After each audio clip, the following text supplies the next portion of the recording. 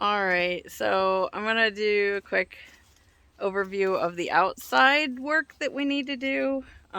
We have a bunch of different projects, so I'm just going to kind of talk about all of them, I guess, except for the electrical. So we have plumbing.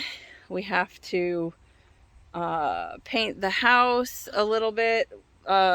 These things here, this is considered paint chipping, so for financing that will fail an appraisal. So all we have to do is come in and pressure wash and then paint over all the spots.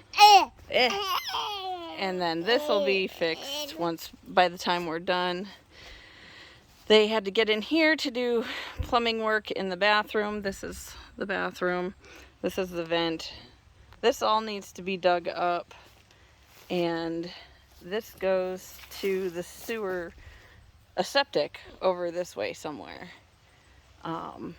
There's another outside spigot, so that's another thing that we'll be improving on. Then the windows, I said previously we're going to change out the windows at some point. The trees need to be cut further away from the house because you don't want pests in, and it's also good for fire prevention and stuff like that. But here's a nice little rhododendron forest that we have. Oh, I know. And there's a view of the bay, which is beautiful at sunset. The sun literally sets right there. And then these trees, these will be coming out. They're kind of old. And, well, one of them, no, they're both old. But there are some new growths coming up right there. And those aren't needed.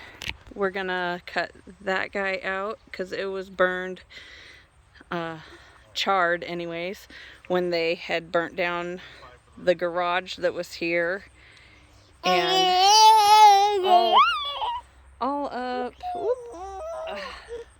all up here is the pasture area. That's where the horses will go eventually. But more touring around the outside. Let me see if I can, there we go. So this is an outside view.